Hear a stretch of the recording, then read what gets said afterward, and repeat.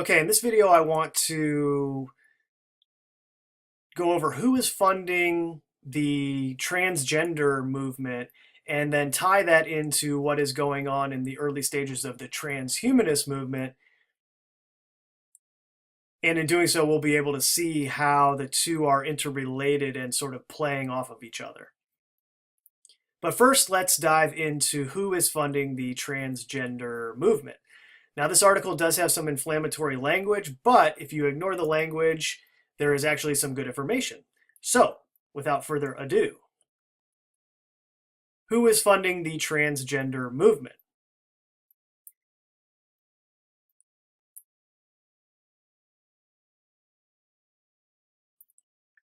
Jenifer Pritzker, a male who identifies as transgender.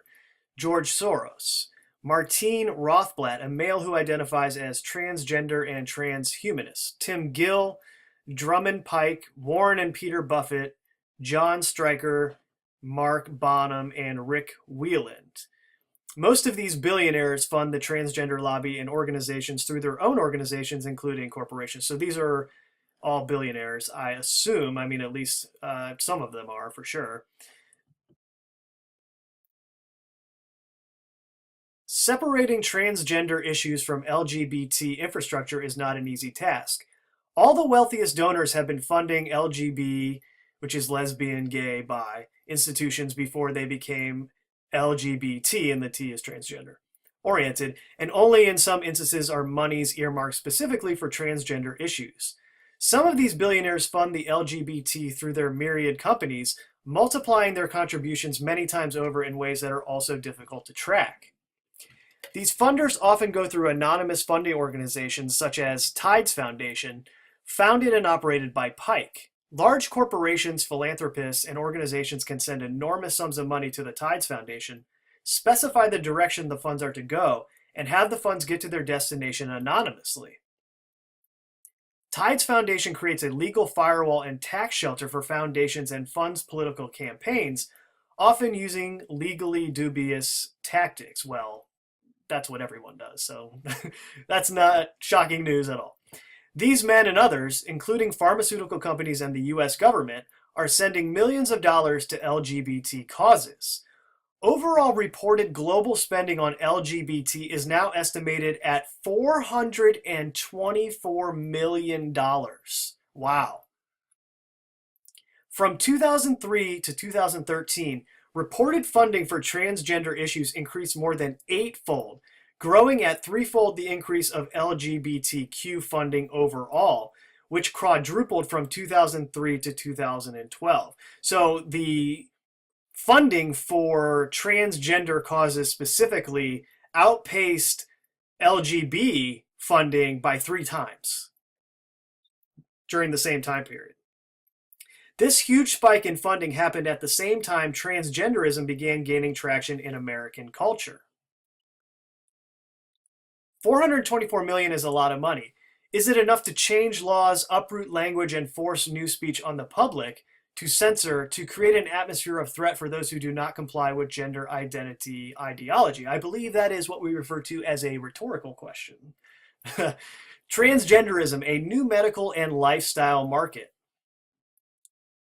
It seems obvious now to look at the money behind transgenderism.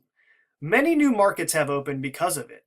The first gender clinic for children opened in Boston in 2007. In the past 10 years, more than 30 clinics for children with purported gender dysphoria have arisen in the United States alone, the largest serving 725 patients. Over the past decade, there has been an explosion in transgender medical infrastructure across the United States and world to treat transgender people. In addition to gender clinics proliferating across the United States, hospital wings are being built for specialized surgeries, and many medical institutions are clamoring to get on board with the new developments. Doctors are being trained in cadaver symposiums across the world in all manner of surgeries related to transgender individuals, including phalloplasty, vaginoplasty, facial feminization surgery, urethral procedures, and more. More and more American corporations are covering transgender surgeries, drugs, and other expenses. endocrinologists seeking the fountain of youth and hormones for more than a generation, and the subsequent earnings for marketing those hormones are still on a quest for gold. Puberty blockers are another growing market. Wow.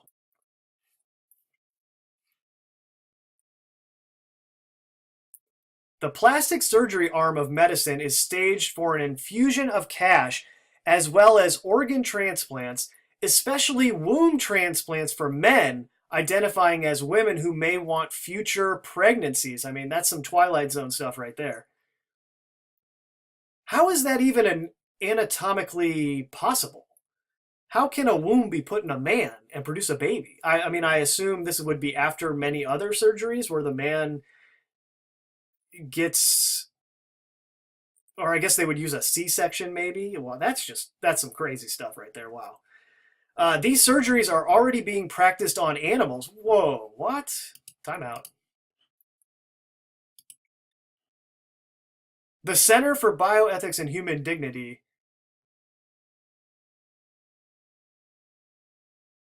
So this is from 2014. Womb transplant babies, a preliminary exploration of recent biomedical advances.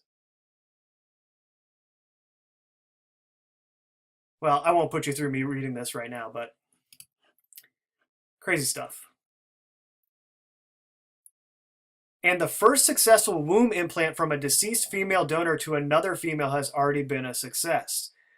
Biogenetics is poised to be the investment of the future, says Rothblatt, who has headed a massive pharmaceutical corporation and is now heavily invested in biogenetics and transplants. And Rothblatt is a transhumanist. He was the one referred to above that's into all of that. So, of course, he would be investing in biogenetics and all sorts of endeavors like that. Transgenderism has certainly made its way into the American marketplace, so it seems important to consider the implications of this as we pass laws regarding transgender individuals and our civil liberties. Transgenderism sits square in the middle of the medical-industrial complex, which is by some estimates even bigger than the military-industrial complex. Well, yeah, that wouldn't surprise me at all. They're both abominations, of course, but that's neither here nor there. Well, I suppose it is here and there, but at least for the medical aspect of it.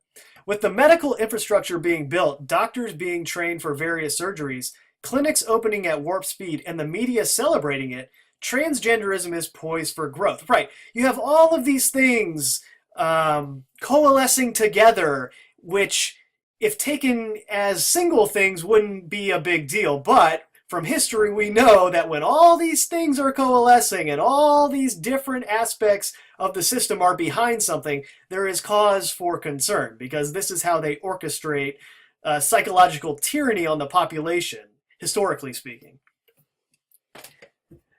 The LGB, a once tiny group of people trying to love those of the same sex openly and be treated equally within society, has likely already been subsumed by capitalism and is now infiltrated by the medical industrial complex via transgenderism. Like I said, the inflammatory language, this writer has something against capitalism. And, you know, when you're arguing isms, that just shows me that you got a long way to go. But, okay.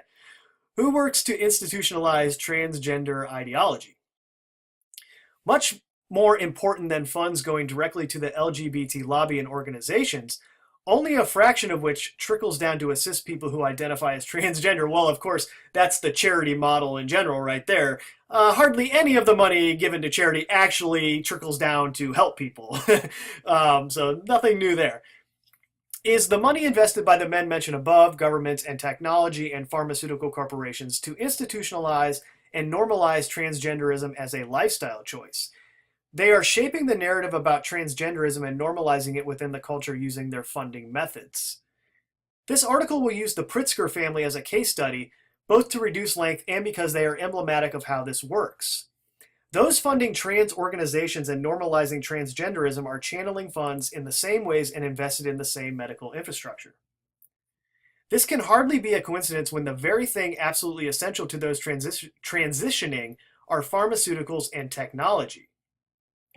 It is also important to note that though the trans lobby has sewn itself to the LGB umbrella, LGB people as such are not lifelong medical patients. The Pritzkers are an American family of philanthropic billionaires worth approximately $29 billion, whose fortune was gestated by Hyatt hotels and nursing homes. They now have massive investments in the medical industrial complex.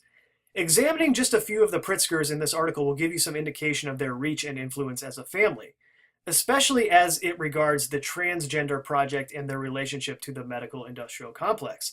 As you read, remember, transitioning individuals are medical patients for life. We might have an answer here, or at least a preliminary inkling about what some of this agenda might be about. And the Pritzker family are not an anomaly in their funding trajectory or investments in the medical industrial complex.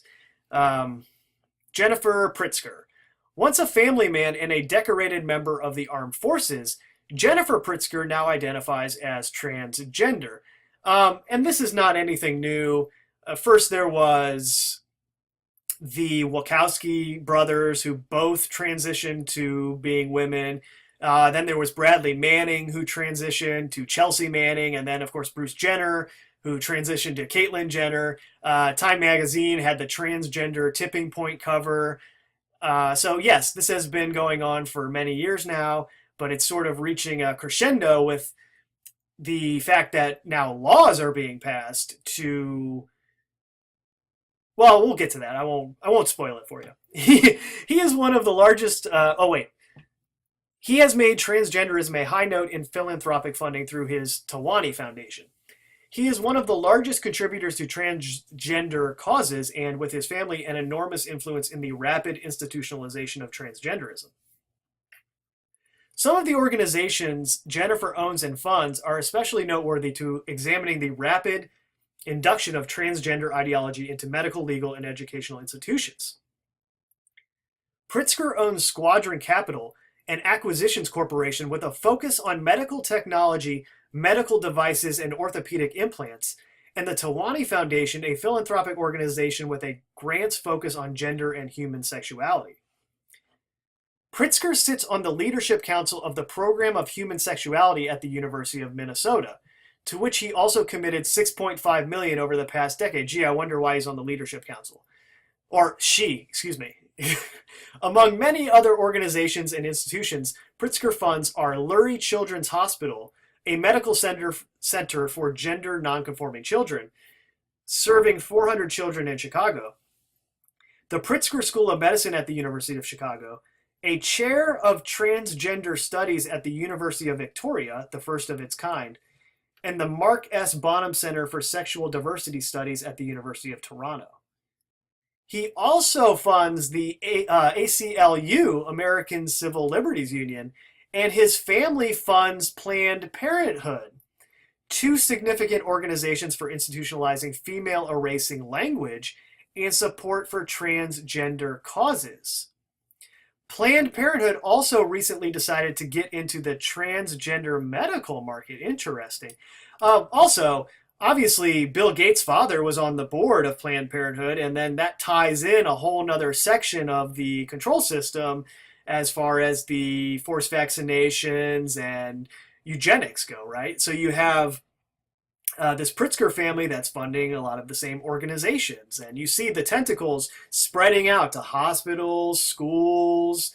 Very interesting, right?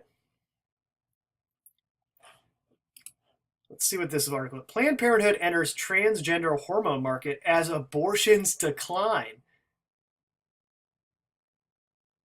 As dozens of its clinics closed amid a dwindling U.S. abortion rate, Planned Parenthood has moved to diversify its business model by getting into transgender hormone therapy. Well, there you go. Wow.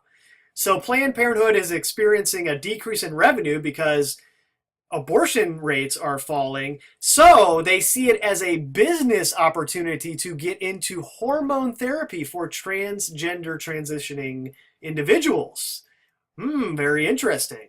Seems like there might be a lot of money in this for the foreseeable future. Otherwise, this connected organization would not be engaging in such a strategy, right?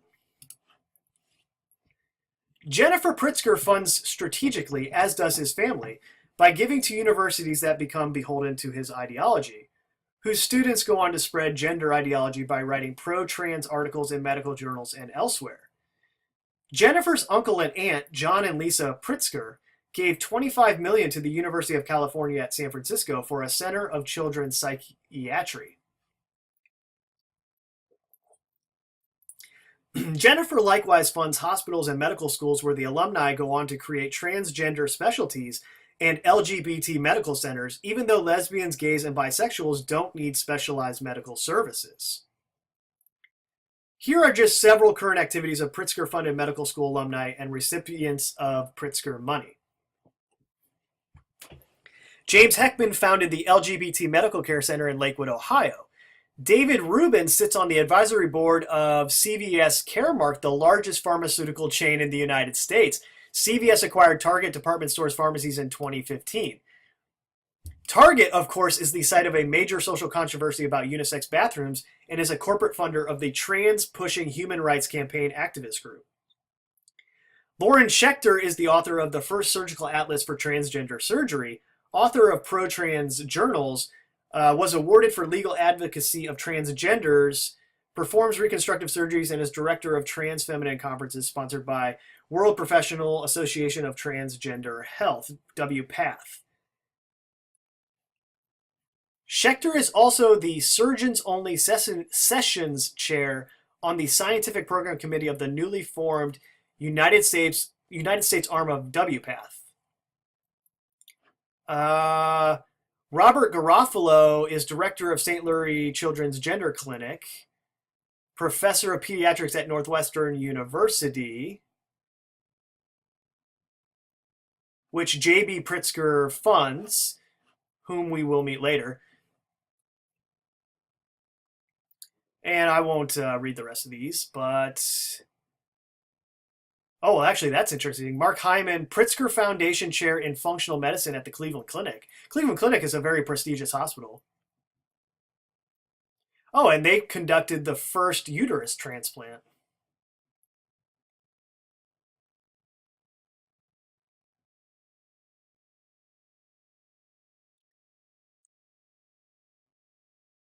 Baylor College of Medicine is on the receiving end of the Pritzker School of Medicine's pipeline programs. For people studying to be doctors, Baylor is where the nation's first child was born from a uterus transplant as a part of an experimental program funding the procedure for 10 women.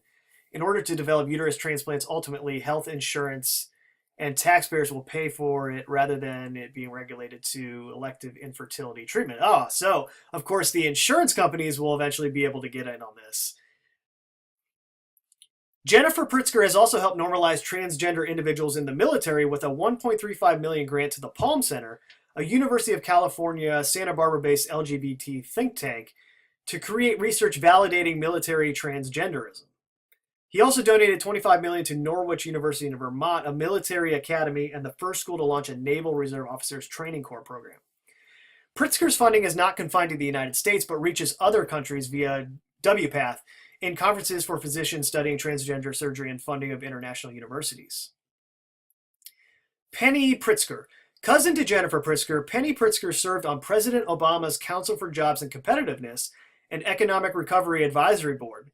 She was national co-chair of Obama for America 2012 and national finance chair of Obama's 2008 presidential campaign. Wow.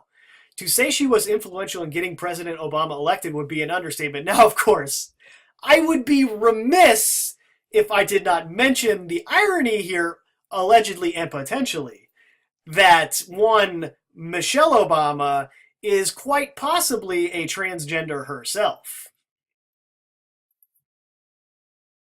As Obama's Secretary of Commerce, Penny Pritzker helped create the National Institute for Innovation in Manufacturing Biopharmaceuticals, by facilitating an award of $70 million from the U.S. Department of Commerce, the first funding of its kind. Wow. Obama made transgenderism a pet issue of his administration, holding a meeting at the White House, the first ever for transgenderism. The administration quietly applied the power of the executive branch to make it easier for transgender people to alter their passports, get cross-sex treatment at Veterans Administration facilities, and access public school restrooms and sports programs based on gender identity. These are just a few of the transgender-specific policy shifts of Obama's presidency. Soros and Gill are two other major transgender movement funders who generated millions of dollars to get Obama elected, and Stryker was one of the top 5 contributors to Obama's campaign. Now, it goes without saying that you could write an entire article about people on the right tied to Trump's campaign and the dirty deals that they're involved in. It just so happens that the left is given these sorts of social justice issues to be the ones that bring them into focus and ultimately get them more accepted. Under Obama and President George W. Bush, the federal government also funded the Tides Foundation $82 million, which in turn donated $47 million to LGBTQ issues over the last 2 decades. Penny has funded the Harvard School of Public Health, and with her husband through their mutual foundation, the Pritzker Family Foundation, are funding early childhood initiatives as well as providing scholarships to Harvard University medical students. The Boston Children's Hospital Gender Management Services Wing physicians are all affiliated with Harvard Medical School. Penny Pritzker also sat on the board at Harvard, where student life offices teach students, many of whom go on to lead U.S. institutions, that there are more than 2 sexes. J.B. Pritzker. Penny Pritzker's brother, J.B. Pritzker, is an American venture capitalist, entrepreneur, philanthropist, and business owner. He is co-founder of the Pritzker Group, a private investment firm that invests in digital technology and medical companies, including Clinical Innovations, which has a global presence.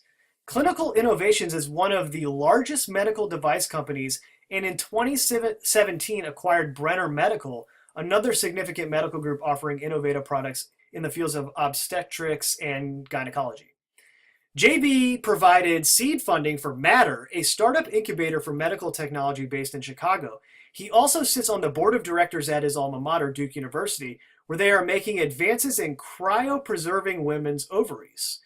JB is running for governor of Illinois in 2018 and put $25 million into an Obama administration public-private initiative, totaling $1 billion for early childhood education. Well, yeah, there you go.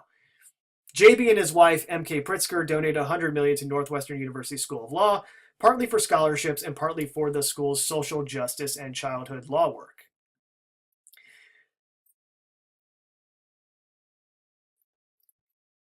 We have to look at why this is framed as a civil rights issue when the main issues seem to be capital and social engineering.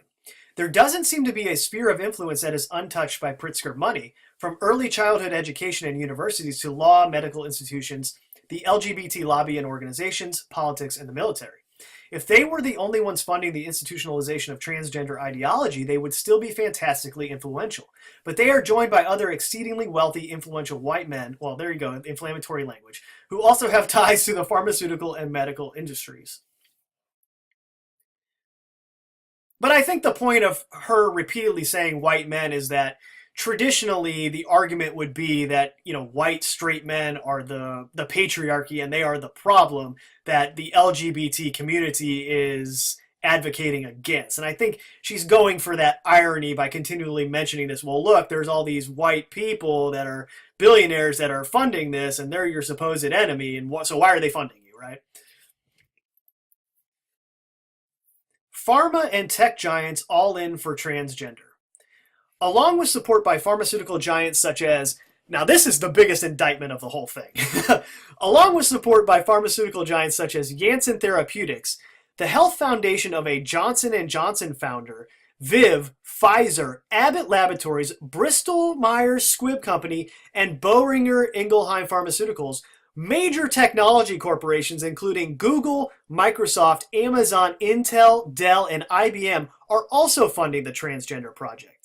In February 2017, Apple, Microsoft, Google, IBM, Yelp, PayPal. Now, interestingly, PayPal is Peter Thiel's company, and Peter Thiel is also heavily in the libertarian transhumanist sphere.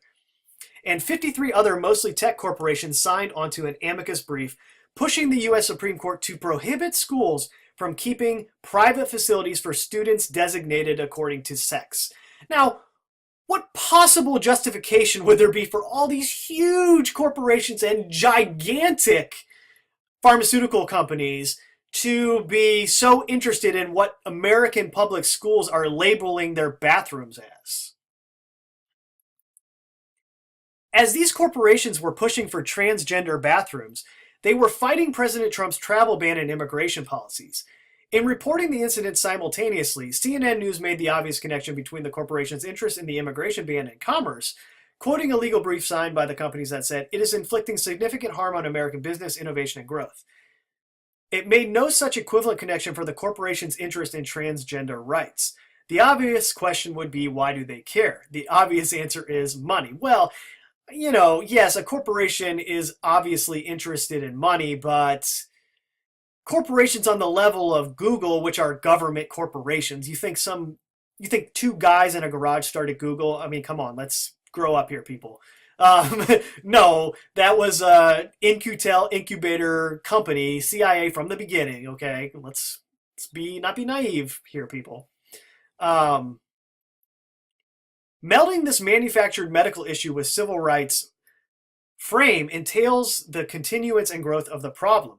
Transgenderism is framed as both a medical problem for the gender dysphoria of children who need puberty blockers and are being groomed for a lifetime of medicalization. So this, of course, is why the pharmaceutical companies would be so interested in this, because as this is more and more pushed into the mainstream consciousness, they will have more and more customers that will require a lifetime of hormone therapy, which is a lifetime customer and a lot of money.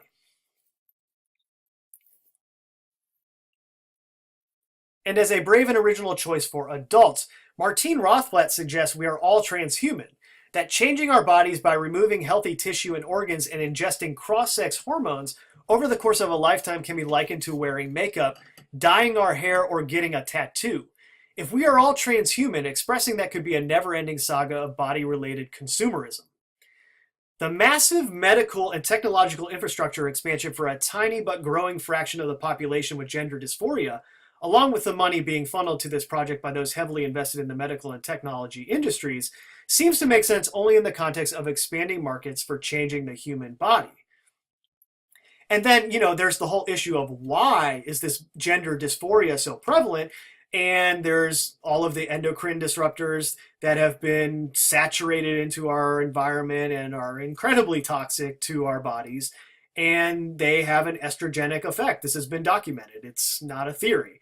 And you can see how that would wreak havoc with children's hormones, where gender dysphoria might actually be a result of this. And that's why it's increasing. But again, it's the same as it ever was, right? They caused that problem with their petrochemical industry. And then they have this whole nother business created around a solution to the problem that they created in the first place. And no one ever admits any liability, and no one ever goes to jail, or, no one's corporation is ever disbanded or sued out of existence. Anyway. Trans activists are already clamoring for a change from gender dysphoria to gender incongruence in the next revision to the International Register of Mental Diagnosis Codes, the ICD-11. And obviously it goes without saying that if you come across this video and you identify as a transgender individual, this has nothing to do with you and your own personal choices. You're fine. You're so far out of the machinations of these individuals and these giant corporations that this is not about you. Okay, this is a larger thing that's going on, and that's the purpose of this analysis. It's not an indictment on any individual that's caught up in any of this. And that goes for LGBT as well. Like, it has nothing to do with any of you guys personally. The push is on for insurance-paid hormones and surgeries for anyone who believes his or her body is in any way incongruent with his or her gender identity. And my goodness, with that sort of definition, they could get insurance companies to cover all sorts of surgeries and augmentations. This would be big business, man. I mean, in addition to the fact that it is risking the future of the entire human race. That is in the background as well here. I mean, that's what they, if you've seen the latest reinterpretation of the Superman franchise, they straight up say that in the beginning of the movie, right? Like, well, Krypton decided to eventually genetically engineer all of the babies that were born on the planet. And so there were no natural births anymore. And we just started having designer babies.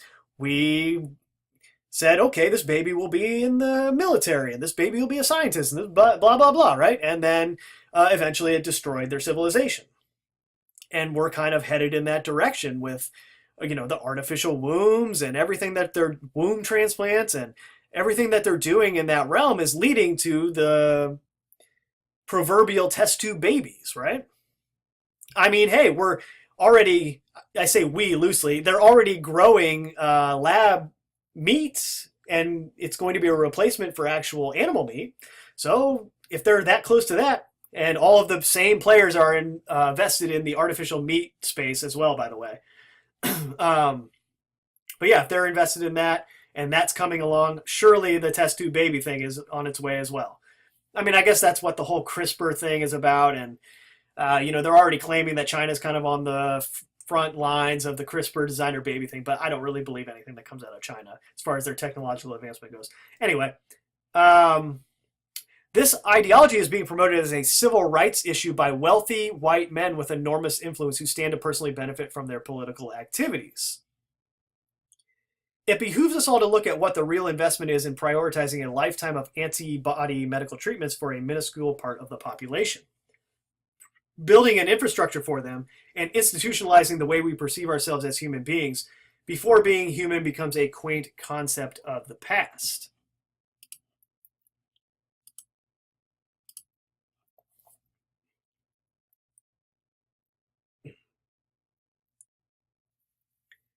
Okay, here's another article. Inauthentic Selves. The modern LGBTQ movement is run by philanthropic astroturf and based on junk science. Now, there's an inflammatory title again. I have to say, especially on YouTube, there is a lot of hysteria and very, very inflammatory language surrounding all of this. But there's no need for any of that, okay? Keep in mind that everything that we're discussing is just an attempt to hijack our collective visualizations of the future. None of this can be forced on any of us, okay? We control our future and we control our destiny. Always keep that in mind.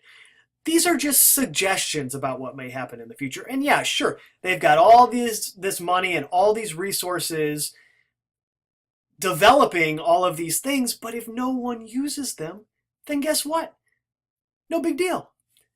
Of course, that's the rub, right? When you're dealing with a population of mind-controlled individuals, that's not such an easy thing to get to happen, right? So the only thing you can do is put the information out there and let the chips fall where they may.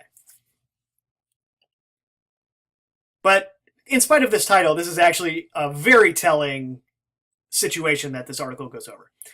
Let me set the stage for you. It is the recent Anchorage municipal elections. It is cold, it is chilly, it's Anchorage, and there are municipal propositions. One of them is about local cops being able to issue parking tickets. There's also Prop 1, which attracted $900,000 in spending. This is in Anchorage, Alaska, dwarfing every other election by a country mile. What's Proposition 1? Prop 1 was put forward by an organization called Alaska Family Action, and the aim of Prop 1 was to make bathrooms, once again, sex segregated instead of being based on self-declared gender identity. Anchorage's bathrooms had been segregated by gender identity since 2015. The left-leaning media reacted in cacophony against this new bathroom bill, and hundreds of thousands of dollars from reasonable people flowed into Anchorage to defeat a municipal ordinance proposal that would harm trans people. Common sense and reason won, and the liberal project continued, with the rights of transgender people to use the bathroom reaffirmed. Except those reasonable people don't exist, not in any great number. See, after spending a very long weekend combing through campaign filings from both Alaska Family Action and Fairness for All, Vote No on Prop 1, it became clear that the vast amounts of money spent on the election by Fairness for All didn't come from normal, ordinary Americans. Even though transgender people are supposedly a persecuted minority that needs civil rights, Vote No on Prop 1 outspent and outraised Alaska Family Action by around $710,000. In total, Vote No had $828,000 at its disposal. Its campaign filings revealed that a large majority of this money came from a set of lobbying groups almost from central casting. The Human Rights Campaign, Freedom for All Americans, Planned Parenthood, there they are again, and the ACLU again. Large federally based organizations poured money and staff into a small municipal election, all to fight bathroom bills. They flew in representatives from the National Center of Transgender Equality to help with storytelling, and the Transgender Law Center provided consulting services. They made sure volunteers were well fed. ACLU makes many filings throughout for providing catering at events for volunteers. FFAA paid for a slick website and a subscription to campaigning software Blue State Digital. A local Anchorage ad agency was hired and paid hundreds of thousands of dollars to produce campaign material.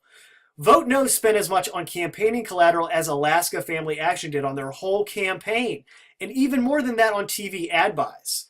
While there were many small donors, the clear majority of the money came from large organizations such as Planned Parenthood and the Human Rights Campaign, among others who also provided the Vote No access to their mailing list and campaign databases, which is also visible in their campaign filings. Despite outspending their opponent 8-1, carpeting Anchorage in television ads, mailers, and phone calls, and the support of federal-level political organizations, the result was only 5% in Vote No's favor. This is indicative of that Vote No bought an election. No one outspent that heavily, should even dream of getting within a 5% margin, yet Vote Yes got within striking distance, having spent an eighth of the money. This is very interesting, right? Obviously, a situation like this, where a tiny municipal election in Anchorage, Alaska, warrants such a response from all these huge organizations and warrants almost $1 million being put into this election. That shows you the amount of power that is behind this narrative. And the question then, of course, is why? Well, we've gone over a little bit of why in general, but those are more superficial, surface level reasons. And the deeper reasoning ties into transhumanism. And so let's move on to that now.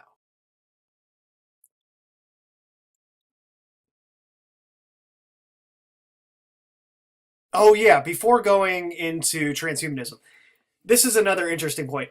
Transgenderism as a movement has experienced a rapid rise compared to any other civil rights movement, right? There's the whole aspect of how this is painted as civil rights. Sex change surgery only went beyond experiments or the unfulfilled whims of Roman emperors until the 1950s, a decade that brought us the term transsexualism courtesy of those that treated Christine Jorgensen, who was still unable to marry men because their legal sex was still listed as male, despite their sex reassignment surgery. In that time, it has gone from a freak show curiosity and the surgical treatment for the homosexuals to America's most pressing civil rights movement, with hundreds of millions of dollars being poured into the issue across the 50 states. By contrast, other civil rights movements have not enjoyed such a rapid rise. Women, oppressed since the creation of private property, have endured patriarchy for thousands of years. It took 100 years for the United States to abolish slavery and another 100 to abolish segregation. It seems like it will take another 100 for people to abolish what Colin Kaepernick kneels over.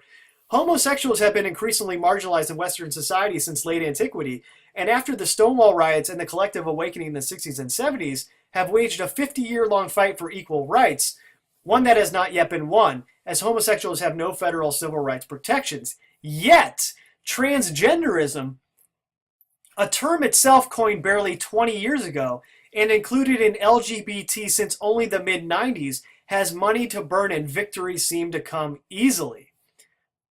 So that's very interesting how, yeah, all of these other quote-unquote civil rights movements have taken years and years and years to see any progress, and yet this transgender quote-unquote civil rights issue has just experienced unprecedented success in a mere 20 years, right? So obviously there's a big time power structure behind this movement.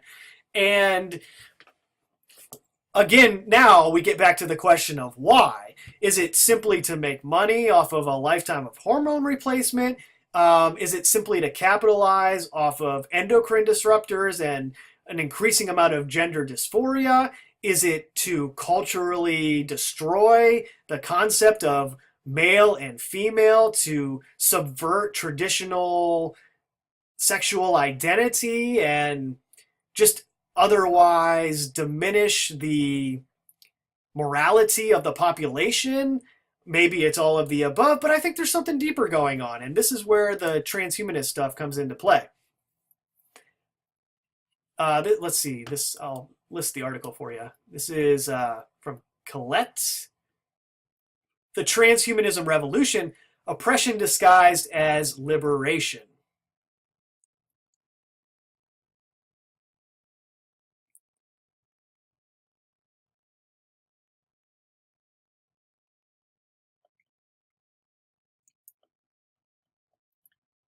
Human augmentation, also known as biohacking, has developed from a combination of the aesthetics of body modification and emerging biomedical developments. On its face, biohacking resembles a counterculture fad, born out of trends such as tattooing, piercing, or tongue splitting. But the implications are more than skin deep as biohackers endeavor to proactively augment their bodies with technology. Let's see, this is a skin put system that allows the skin to be used like a touch screen. Oh, how very interesting. I did not even know this was a thing. I mean, I knew that they were already implanting RFID chips into the skin, but I didn't know it was this far along where you could do something like this. RFID chips can now be implanted subdermally and used for identification, electronic payments, opening security doors, or offloading information such as medical records. In this way, the body becomes the key, the debit card, and the receptacle for information the mind cannot retain. Magnetic implants give the wearer the extrasensory perception of magnetic fields or the ability to perform party tricks such as attracting paper clips and bottle caps to a fingertip. The community of grinders, as they call themselves, favors self-experimentation and trying out new body hacks on willing participants. There are limitless possibilities in this area of research and application. The replacement of healthy limbs with higher functioning prosthetics or organs with artificially grown hearts, lungs, livers, instead of cadaver parts. Yeah, Ray Kurzweil is famous for saying that he just wants to replace the heart altogether. Yeah, we don't need that anymore. It fails, it's imperfect. Let's just replace it. Unlike the fleshy limbs and organs with which we are born, these prosthetics and replacements will be connectable to wireless monitoring so that their efficacy can be reviewed and managed. And yes, this is the dream ultimately for the smart cities and all the smart devices to eventually be linked wirelessly to your smart body, which will be all full of different augmentations. Just as artificially intelligent beings will be interconnected, so too will human bodies be interconnected with other humans and machines. As these devices become interconnected, the human body becomes part of the Internet of Things. And that's what I was just talking about, the smart cities, Internet of Things, same difference. As do-it-yourself body hackers trick out their meat machines, technologies such as CRISPR gene editing software and artificial wombs further the intentional biomechanization of the human form. In one lab, human beings will be edited on a genetic level, from the isolation of mitochondrial DNA for the purposes of life extension to the eradication of genetic deformities, diseases, and implementation of parental preferences. And in another, humans will be artificially gestated. And you know, it's so funny. Well, funny is the wrong word. Ironically funny in a ridiculous way. Literally every science fiction dystopian vision that is put out there has some variation of the elite, technologically advanced, enlightened individuals in the city center, and then the outskirts, the rag-wearing, unenlightened brutes who refuse to be a part of the system. And they always are outside of the great city walls, right? It's literally every science fiction dystopia. And in a more practical way in the future, if this vision is allowed to come to fruition, if we participate in it and allow it to come to fruition, it will probably be something as simple as there will just be a class of individuals that have the money to afford these sort of enhancements and life extension technology, and those of us who don't have that sort of money simply will be priced out of any of that sort of technology. And this will create two classes of people. I mean, this is every dystopian science fiction ever created. Now, of course, I will gladly be outside of that city center and not be connected to any of this stuff because I have a completely different vision of the future. But that being said, this is obviously where it's headed should things continue as they are continuing. And, it doesn't look great right now with the way everyone has their head in their cell phone, because this is slowly augmenting people's brains and setting the stage for further augmentations. It starts with the screen, and then maybe it's Google Glass, and then maybe it's, implantable this, implantable that, and then maybe it's directly into your brain, and then maybe it's, on and on it goes.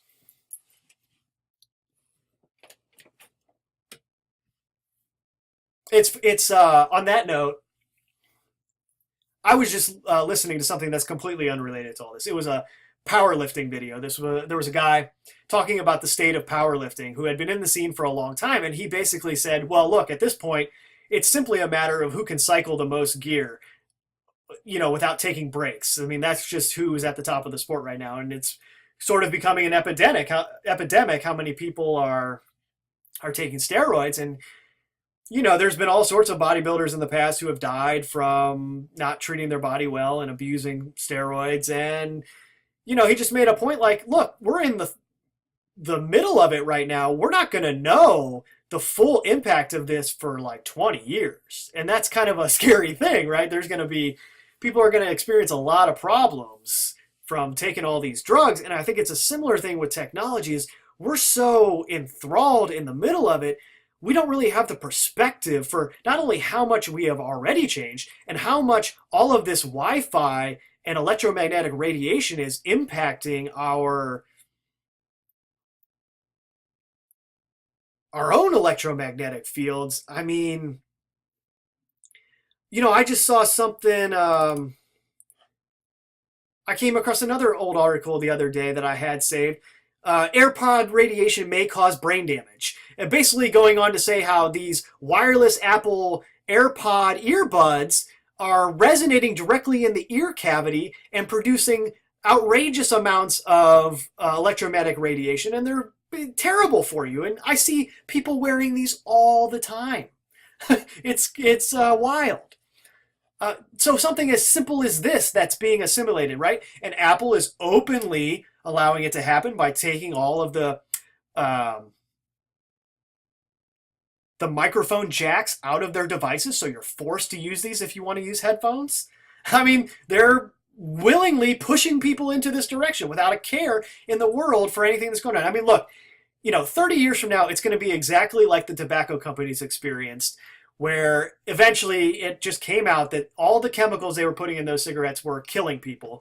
And these, I'll tell you what, man, if you can put a 30-year short on companies, put a 30-year short on all of these wireless technology companies, and especially the cell phone carriers, because they're going to get sued into oblivion when everyone finds out what's actually going on. Now, of course, that assumes that we aren't totally modified and their vision hasn't come to fruition where it won't even matter. But assuming there's still some form of the environment that we live in right now, they're going to get sued into oblivion because the science is out there. These devices are very detrimental to our electromagnetic fields. They cause all sorts of health problems that are totally undiagnosed and just, pushed to the side as some sort of woo-woo thing that's not real.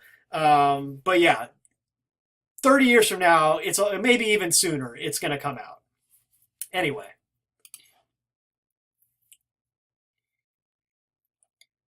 Both of these concepts speak to a dramatic shift in our relationship with both our bodies and our children. Liberating the body from reproduction liberates humanity from our own physical continuation. At first glance, reproductive advocates may tout this as progress, but removing reproduction from our bodily purview does not only liberate us from the body, it also subjects us to the tyranny of the mind. Removing the body from reproduction is primarily the elimination of women from the process of creating human beings. Liberation from reproduction is liberation from sex, both in act and biology, at which point gender truly becomes fashion with no remaining foundations in the story of human origins. Transgender advocates will answer that we are more mind than body, and this is what makes transgender ideology an essential component of the drive toward transhumanist acceptance, whether transgender advocates realize this connection or not. And you can see why thinking this many moves ahead, 100 50 moves ahead. You can see why Darwin put the theory of evolution out in the form that he did, and then Rene Descartes, who came before him, I think, put out the information that he did as far as the mechanistic view of the body and the universe, which separates the mind from the body. And thinking that many moves ahead, separating the mind and the body mechanistically, that's where the allopathic medical system comes from, treating the symptoms as symptoms of a machine breaking down as opposed to a holistic sentient ecosystem that is working together, body and mind. They put all of that together because it eventually leads to this result where the mind is seen as something separate from the body to the point where, yeah, it's no big deal. We can just augment this thing. Who knows what the creator was thinking when it created this? Let's upgrade. The hubris of the whole thing is incredible.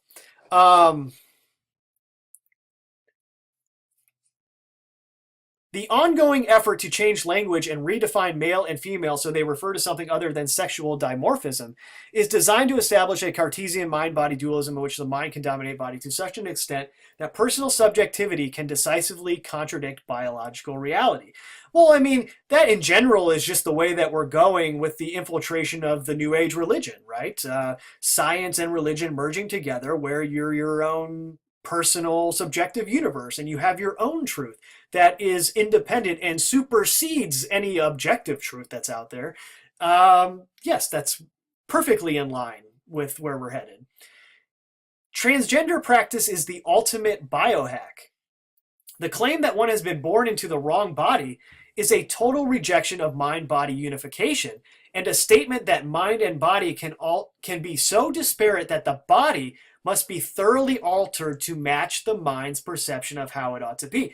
And that really puts into perspective how insidious all of the nonprofit organizations and just straight up federally funded organizations are and how they are marketing this to children and convincing children that it's acceptable for them to make this decision when they're not even anywhere near capable of making such a decision, and they are highly suggestible. You know, you can tell a kid anything and they'll believe you if they trust you, you know.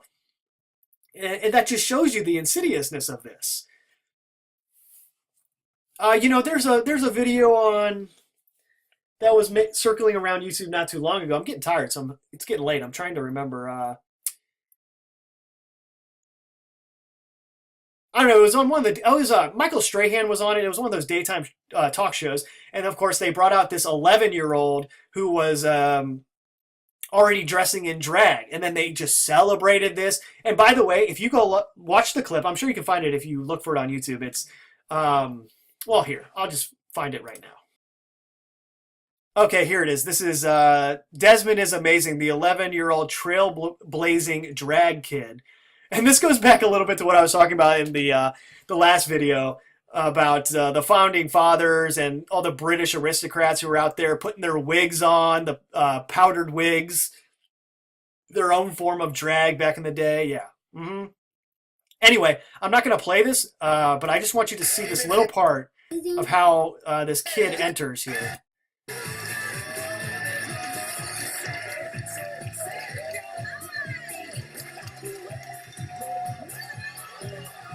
Now, maybe there's some inside drag queen joke that I'm not getting here, and that's what this is. But this also looks like the Hanged Man, now doesn't it? Yeah. Mm-hmm. Tells you everything you need to know, now doesn't it? The media is staged. Something everyone should realize at this point.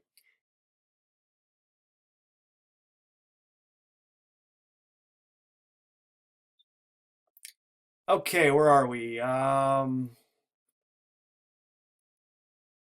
Contrary to popular perception and much of the transgender movement's own rhetoric, transgender activism is not about compassion and dignity. Although transgender advocacy is couched in the language of oppression and identity, the idea that it is merely the latest facet of an ongoing civil rights struggle is a misconception. In the current cultural climate, to question the concept of transgenderism is to question the right of trans individuals to exist.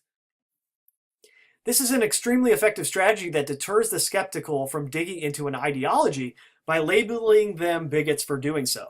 But the implications of transgenderism are so serious and far-reaching that questions must be asked. At issue is not simply societal acceptance of people with alternative views or lifestyles, but the most fundamental aspects of what it means to be human. It is no anomaly that the movement is hitting its cultural stride in the debate over pronouns. The first step in changing how we think about our bodies and what it means to be human is to change how we speak about these things. Transgender speech codes demand that we renounce our body's basis in biology and instead consider them constructs of arbitrary and somehow unjust societal expectations.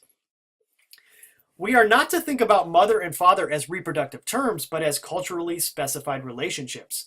This aggressive effort to change and police the use of language and to redefine terms like male and female to deny the sexual difference characteristic of all mammals is designed to uncouple mind from body and humans from evolutionary and reproductive logic.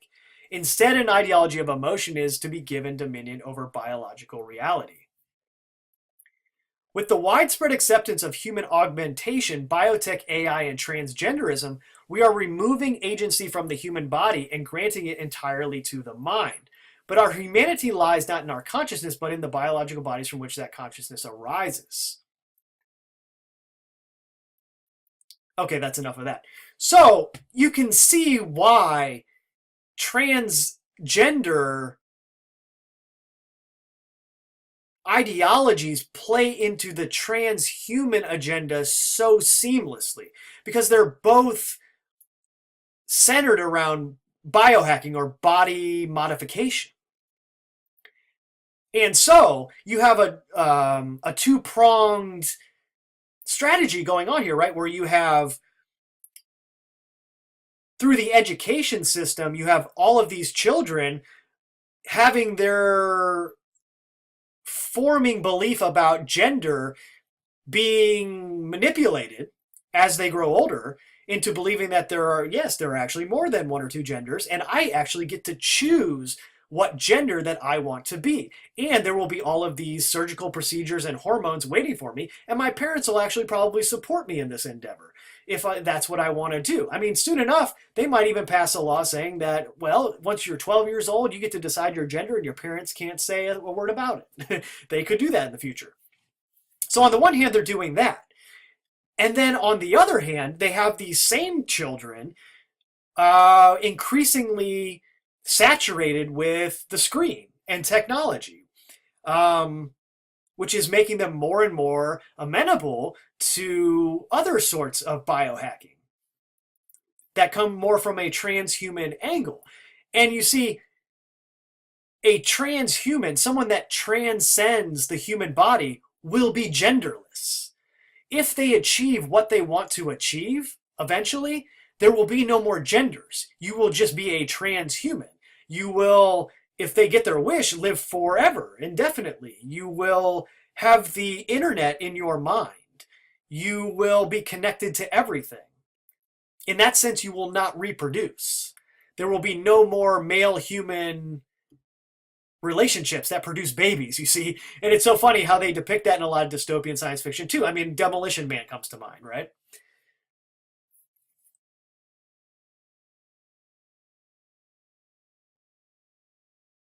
And as I mentioned earlier, Superman, they're putting it out there. So you have both of these things playing into each other. And if you look at things like androgynous fashion,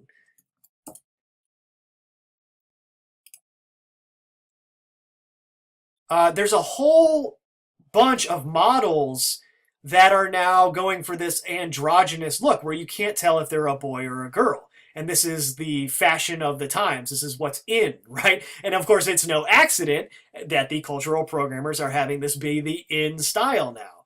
And a lot of that started earlier when they got all of the rappers to wear the tight jeans, and now all the celebrities wear these really tight jeans, which are essentially women's jeans. Ridiculous fashion trend. And, that started it, and then it just kind of is morphing into this thing where male and female are distorted in the fashion and in their haircuts. And then, all of it is working together. I hope you can see by going over this all in the way that I've gone over it that this is all one agenda. And the transgender thing, it's not a civil rights thing. I mean, the amount of transgender individuals like the LGBT community in general is very, very small. It's like 2% of the population, if that. And for them to have this amount, for the transgender community to have such an amount of money and power behind them, just shows you the fact that there is a much larger agenda at work here. And like I said earlier, it's totally removed from any individuals that are caught up in it. This has nothing to do with you guys. This is about the future of the human race. And where it's likely headed should all of these things be allowed to continue indefinitely. Okay, that's the end of what I recorded last night. And after listening back to it, I wanted to add a little addendum here to clarify a little bit of what I was discussing towards the end there. The first thing that I noticed is this is the first recording that I've done in front of my computer screen for a while. And I mentioned this in another recording. It was in the astral projection video on the Monroe Institute, where I read the CIA's research into the subject. And I mentioned there how whenever I'm in front of the computer recording something, I always develop a more frantic energy.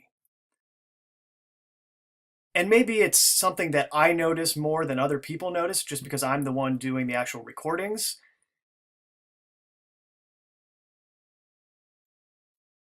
But I definitely feel like I have a more frenetic, charged up energy. And I'm pretty convinced that that's from exposure to whatever is going on inside of my computer and the electromagnetic fields that are emanating from it. The other recordings that I do are done with an actual recorder that isn't connected to the internet in any way. It literally only has a battery, and that's the extent of the electronics that are involved. So it doesn't have an impact on my energy in the same way that sitting in front of the computer does. So I just wanted to point that out, to always keep that in mind when you're listening to a recording that I've done on the actual computer, just so you realize that if I sat down and didn't actually have to read anything that I wanted to read and I was just going stream of consciousness off the top of my head, that it would be a much more level energy. Anyway, so the nexus between the transgender movement and the transhumanist movement is that they both promote modification of the body. They both blur the lines between what it means to be human traditionally. The transgender angle of it is blurring the lines of what it traditionally means to be male and female. And the transhumanist angle is blurring the lines of what it means to be human. And just as a byproduct of that, it also will blur gender lines as the movement progresses, as more and more electronic devices are actually infused into the human body. And I ended on the androgynous fashion trend that's going on.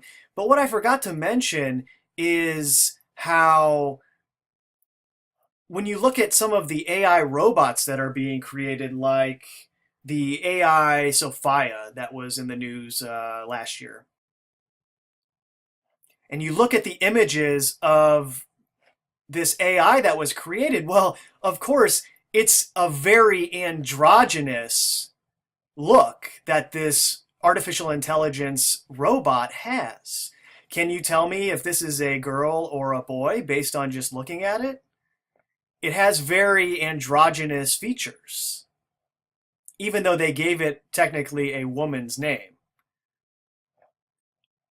And you juxtapose that with the androgynous fashion trends, and you can see even, or especially amongst those who have the really short hair, you throw a pair of glasses onto Sophia, and it's almost indistinguishable from this picture of this model in this androgynous getup that's going on here.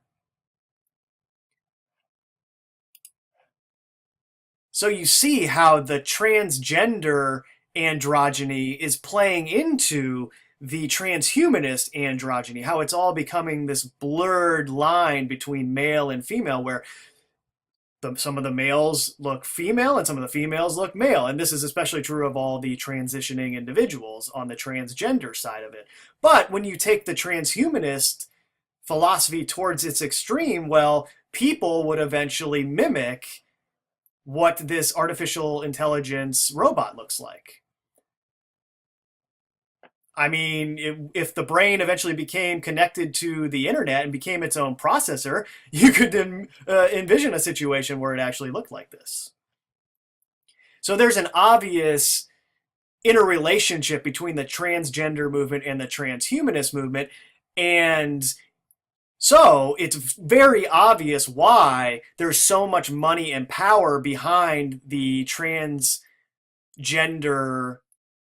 narrative and why it's being so heavily promoted to young people and children especially.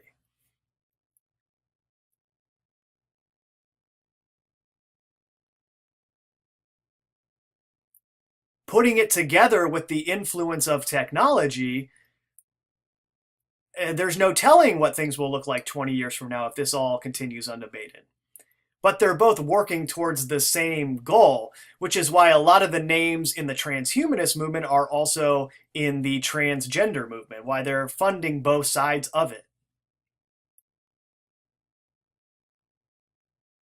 And that goes back to what I was talking about in the first part of the recording, where we're so heavily in the thralls of the whole thing that we can't see just how much it's already changing us. And that's what I mentioned at the start of this little addendum is we have no idea how much the electromagnetic fields of the Wi-Fi and the cell phones and all the towers are actually influencing our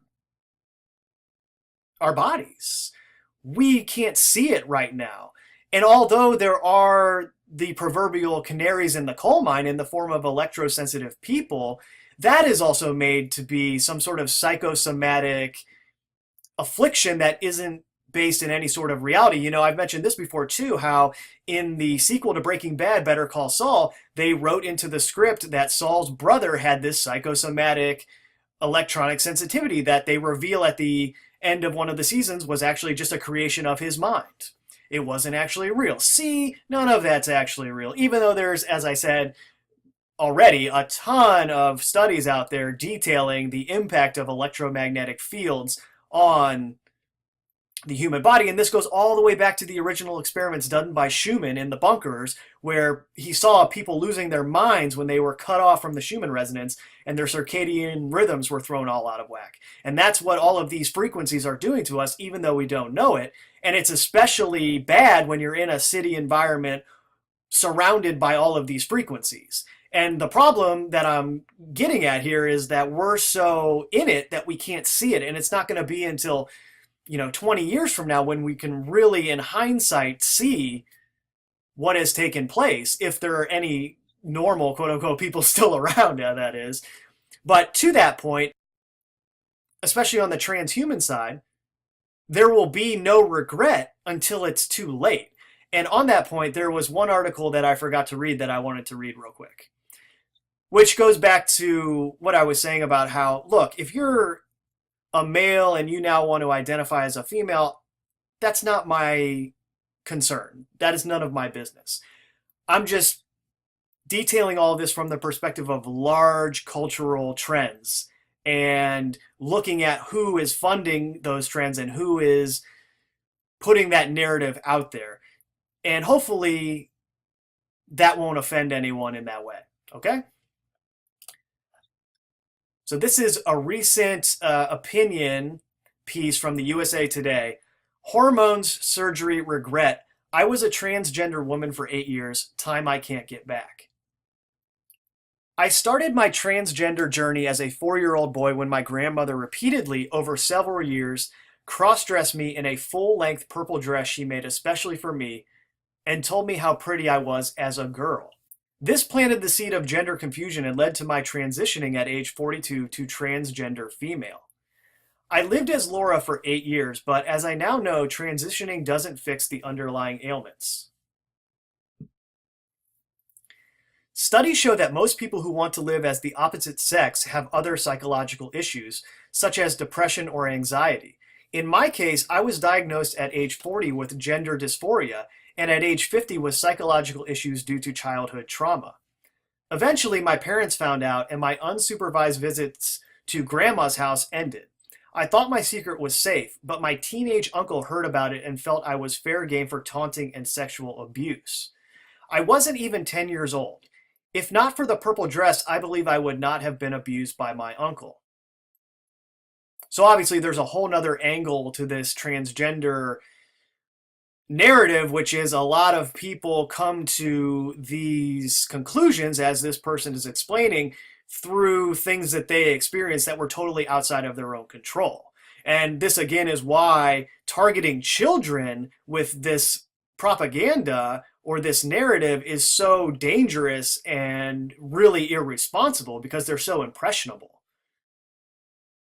There was a commenter on a recent video who said that Arizona recently tried to promote sexual education in kindergarten. They wanted to pass a law that would make kindergartners get sex education. And you can imagine that nowadays there would be all sorts of this transgender narrative in that sexual education that they want to give to kindergartners. I mean, that really sums up the nature of the problem that we're dealing with here. That abuse caused me to not want to be male any longer. Cross-dressing gave me an escape. I lay awake at night secretly begging God to change me into a girl. In my childlike thinking, if I could only be a girl, then I would be accepted and affirmed by the adults in my life. I would be safe. And this goes back to the clip from the Michael Strahan daytime show with Desmond is Amazing, who was 11 and his parents were openly sponsoring his cross-dressing. And so you can easily see how that young child in this environment will most likely want to transition to a girl and go through the hormone therapy, which all the pharmaceutical companies are supporting, and then further get many of the surgeries that the medical system is also preparing to implement and in a wider and wider scale. Making the decision to transition. Gender dysphoria is about identity, not sexual orientation. I was never homosexual. I was interested in dating girls. In my early 20s and engaged to be married, I confided to my fiance about my cross-dressing. She figured we could work it out. We got married and had 2 children. In my work life, I was successful, but the girl persona still occupied my thoughts. With weekly travel away from home, I easily indulged in cross-dressing, fueling the desire to be a woman. By the time I was 40, I couldn't take the pressure of living 2 separate lives. I felt torn apart, wanting to be a good husband and father, but in severe torment about needing to be a woman. I sought out the top gender specialist at the time, Dr. Paul Walker, who had co-authored the 1979 Standards of Care for Transgender Health. He diagnosed me with gender identity disorder, now gender dysphoria, and recommended cross-sex hormones and sex-change genital surgery. He told me that the childhood events were not related to my current gender distress. Oh, come on now. And that sex change was the only solution. I started taking female hormones and scheduled the surgery for April 1983 in Trinidad, Colorado. I was 42. My marriage ended shortly before surgery. In addition to genital reconfiguration, I had breast implants and other feminizing procedures and changed my birth certificate to Laura Jensen, female. My childhood dream was realized and my life as a woman began. I mean, that's just unbelievable what the doctor told this person. Or is it really unbelievable? No. Just expressing my shock at the whole thing with this limited language that I possess. A fresh start, then a harder fall. At first, I was giddy with excitement. It seemed like a fresh start. I could sever ties with my former life as Walt and my painful past. But reality soon hit. My children and former wife were devastated. When I told my employer my career was over.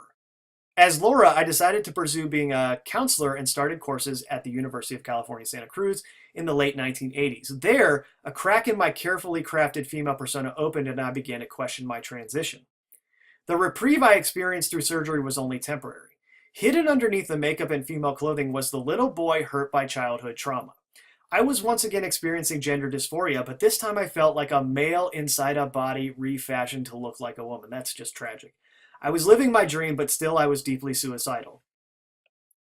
A gender specialist told me to give it more time. Now keep in mind what we went over at the very beginning, or at least the first part of this video, where the Pritzker family and all these other billionaires are funding all of the schools, all of the hospitals, all of the psychological and psychiatric research facilities that are producing all of the information that is then given to people as officially sanctioned and legitimate advice as to what is really going on with them. Okay.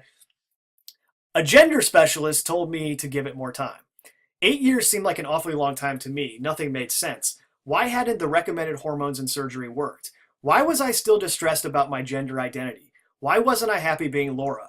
Why did I have strong desires to be Walt again? Emotionally, I was a mess, but with grit and determination and the love and support of several families and counselors, I pursued healing on a psychological level. With expert guidance, I dared to revisit the emotional trauma of my youth.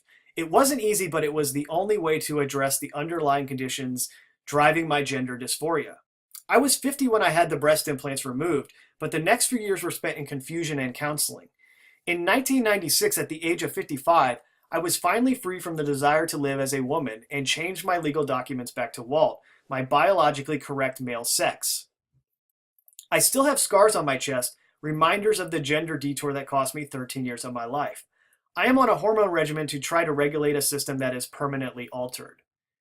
Regret is real. Eventually, I met a wonderful woman who didn't care about the changes to my body, and we've been married for 21 years. Now we help others whose lives have been derailed by sex change. Measured by the human benefit to a hurting population, it's a priceless way to spend our time. Had I not been misled by media stories of sex change success and by medical practitioners who said transitioning was the answer to my problems, I wouldn't have suffered as I have. And this took place in the mid-90s, I believe is what he said, a long time ago, before the whole transgender narrative really took over in the mainstream media.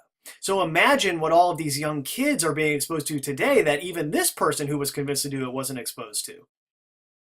Genetics can't be changed. Feelings, however, can and do change. Underlying issues often drive the desire to escape one's life into another, and they need to be addressed before taking the radical step of transition. You will hear the media say regret is rare, but they are not reading my inbox, which is full of messages from transgender individuals who want the life and body back that was taken from them by cross-sex hormones, surgery, and living under a new identity. After detransitioning, I know the truth. Hormones and surgery may alter appearances, but nothing changes the immutable fact of your sex. So that was Walt Heyer. And that's all I got for now. Thank you very much for listening, and talk to you guys soon. Later.